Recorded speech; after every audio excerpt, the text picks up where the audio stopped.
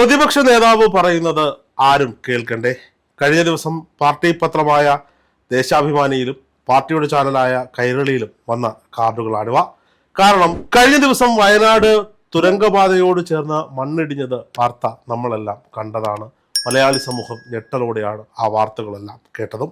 അവിടെ സന്ദർശിച്ച ശേഷം കേരളത്തിന്റെ പ്രതിപക്ഷ നേതാവ് സഖാവ് പിണറായി വിജയൻ വാർത്താ സമ്മേളനം വിളിച്ചപ്പോൾ കേരളത്തിലെ മാധ്യമങ്ങൾ ആരും ലൈവ് ടെലികാസ്റ്റ് ചെയ്തില്ല എന്നുള്ളതാണ് പാർട്ടി പത്രത്തിന്റെയും പാർട്ടി ചാനലിന്റെയും, എന്തിന് പാർട്ടിയുടെയും പോലും ആക്ഷേപം. ഞങ്ങളുടെ പിണറായി സഖാവിനെ നിങ്ങൾക്ക് ആർക്കും വേണ്ടേ എന്ന് വളരെ ദയനീയമായി ചോദിക്കുന്ന തരത്തിലാണ് ഈ വാർത്തകൾ പുറത്തു വന്നത്. സത്യത്തിൽ എന്താണ് സംഭവിച്ചത്?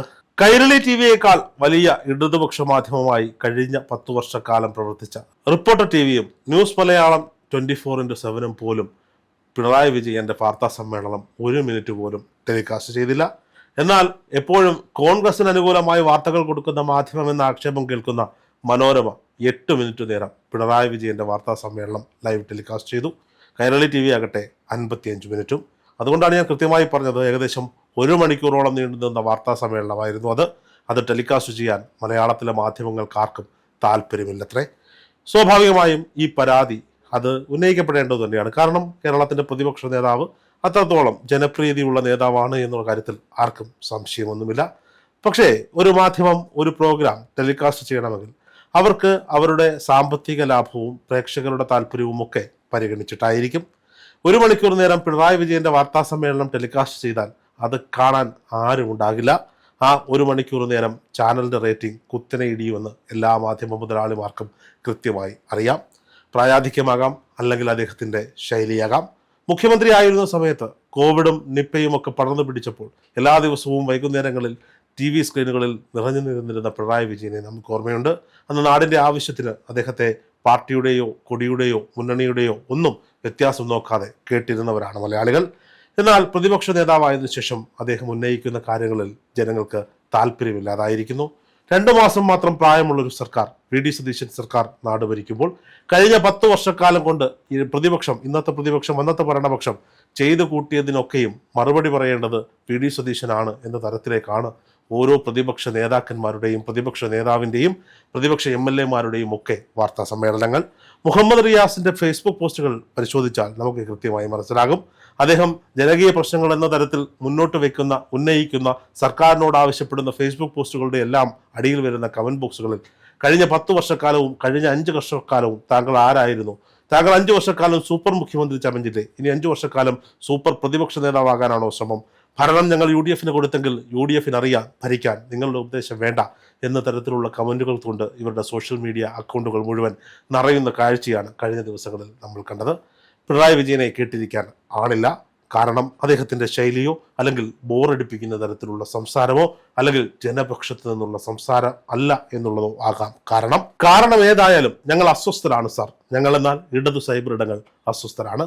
ഒന്നുമില്ല പറയാൻ. കഴിഞ്ഞ ദിവസം ആകെ കിട്ടിയത് വയനാട് ദുരന്ത ഭൂമിയിൽ സാധാരണ മനുഷ്യനെ പോലെ വന്നിറങ്ങിയ പിണറായി വിജയൻ മുണ്ടു മടക്കി കുത്തി നടന്നു പോയപ്പോൾ അദ്ദേഹത്തിന്റെ കാലിന്റെ ഉപ്പൂറ്റിയിലും പാദത്തിലും കണ്ട കറുത്ത പാടുകൾ പഴയ കിരാതരായ പോലീസുകാർ അടിച്ചുണ്ടായതാണ് എന്ന തരത്തിൽ വലിയ സ്റ്റാറ്റസ് ഒക്കെ ഇടുന്ന സഖാക്കന്മാരെയും കഴിഞ്ഞ ദിവസം സോഷ്യൽ മീഡിയയിൽ ആകമാനം നമ്മൾ കണ്ടു. പറയാൻ ഒന്നുമില്ല ഈ പ്രതിപക്ഷത്തിന്. ഭരണപക്ഷത്തിരുന്ന സമയത്ത് ഇവർ കാട്ടിക്കുട്ടിയ PMC പോലെയുള്ള കാര്യങ്ങളിലെ തീരുമാനങ്ങൾ അവയെല്ലാം തിരിഞ്ഞു കുത്തുന്ന അവസ്ഥയാണ്. ഇതെല്ലാം കൊണ്ടുവന്ന് ഇപ്പോൾ ഭരിക്കുന്ന VD സതീശന്റെ തലയിലേക്ക് ഇട്ടുകൊടുക്കുന്നു. എന്നാൽ മുഖ്യമന്ത്രി PD സതീശനാകട്ടെ മാധ്യമ സ്ക്രീനുകളിലേക്ക് വന്നാൽ മാധ്യമ സ്ക്രീനുകളിലെ ലൈവ് വ്യൂവേഴ്സിന്റെ എണ്ണം വളരെയധികം വർദ്ധിച്ചു വരുന്നു. അതിന് കാരണം സാധാരണക്കാരർക്ക് മനസ്സിലാകുന്ന ഭാഷയിൽ സിമ്പിളായി കാര്യങ്ങൾ സംസാരിക്കുന്നു. മാധ്യമപ്രവർത്തകരോട് ചോദ്യങ്ങൾ ചോദിക്കാൻ ആവശ്യപ്പെടുന്നു. മാധ്യമപ്രവർത്തകരോട് തിരികെ ചോദ്യങ്ങൾ ചോദിക്കുന്നു. എന്തിനും ഇവിടെ കൃത്യമായ ഉത്തരമുണ്ട്.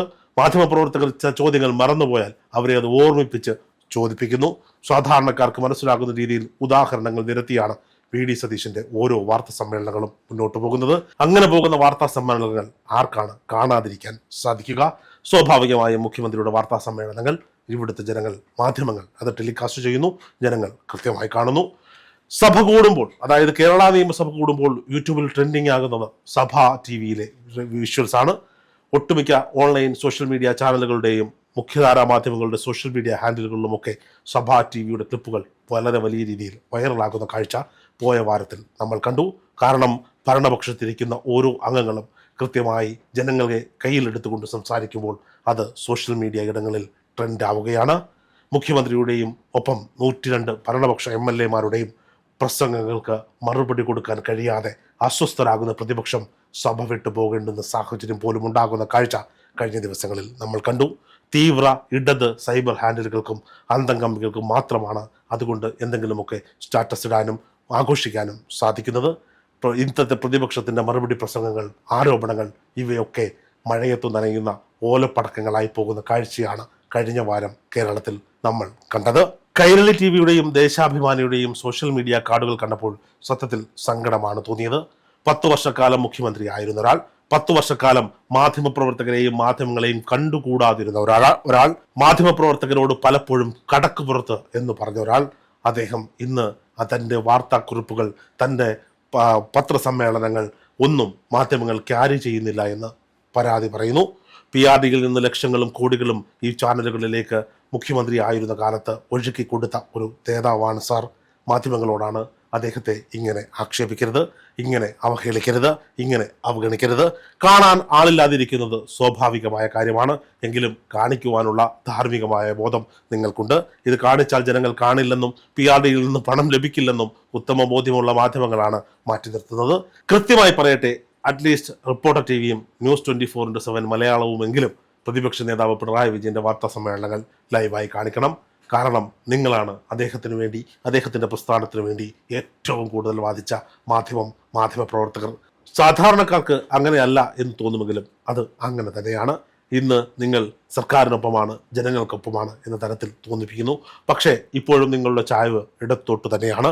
അത് കൃത്യമായി മലയാളത്തിലെ പ്രേക്ഷകർക്കറിയാം, അല്ലെങ്കിൽ ഇവിടുത്തെ സൈബർ സഖാക്കന്മാർക്കറിയാം. അവർ പ്രതീക്ഷിക്കുന്നുണ്ട് നിങ്ങൾ വീരാരാധനയോടെ, വീരപരിവേഷത്തോടു കൂടി പിണറായി വിജയനെ വീണ്ടും അവതരിപ്പിക്കുമെന്നും VD സതീശനെ തള്ളിക്കളയുമെന്നും. പക്ഷേ നിങ്ങളത് ചെയ്യുന്നില്ല.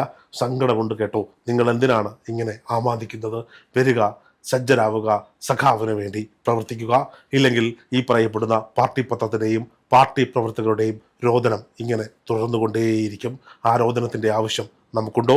ഒന്നുമില്ലെങ്കിലും നമ്മുടെ പ്രതിപക്ഷ നേതാവല്ലേ VD സതീശൻ. പ്രതിപക്ഷ നേതാവായിരുന്ന 5 വർഷക്കാലവും അദ്ദേഹത്തിൻ്റെ വാർത്താ സമ്മേളനങ്ങളും അദ്ദേഹത്തിൻ്റെ പത്രക്കുറിപ്പുകളും ഒക്കെ കൃത്യമായി ക്യാരി ചെയ്തവരല്ലേ നിങ്ങൾ, മലയാള മാധ്യമ പ്രവർത്തകർ. എന്നിട്ടും എന്തേ ഞങ്ങളുടെ പിണറായി സഖാവിൻ്റെ വാർത്തകളും വാർത്താ സമ്മേളനങ്ങളും നിങ്ങൾ ക്യാരി ചെയ്യുന്നില്ല? ഇതൊരു ചോദ്യമാണ്, കൃത്യമായ ചോദ്യം. ആ ചോദ്യത്തിന് മറുപടി ലഭിച്ചേ പറ്റൂ എന്ന തരത്തിലാണ് എന്തേ പ്രതിപക്ഷ നേതാവ് പറയുന്നത് ജനങ്ങൾ കേൾക്കണ്ടേ എന്ന ടൈറ്റിലോട് കൂടി കൈരളി TV-യും ദേശാഭിമാനിയും ഒക്കെ കാർഡും വാർത്തകളും നൽകിയത്. കേൾക്കണം, ഉറപ്പായും കേൾക്കണം.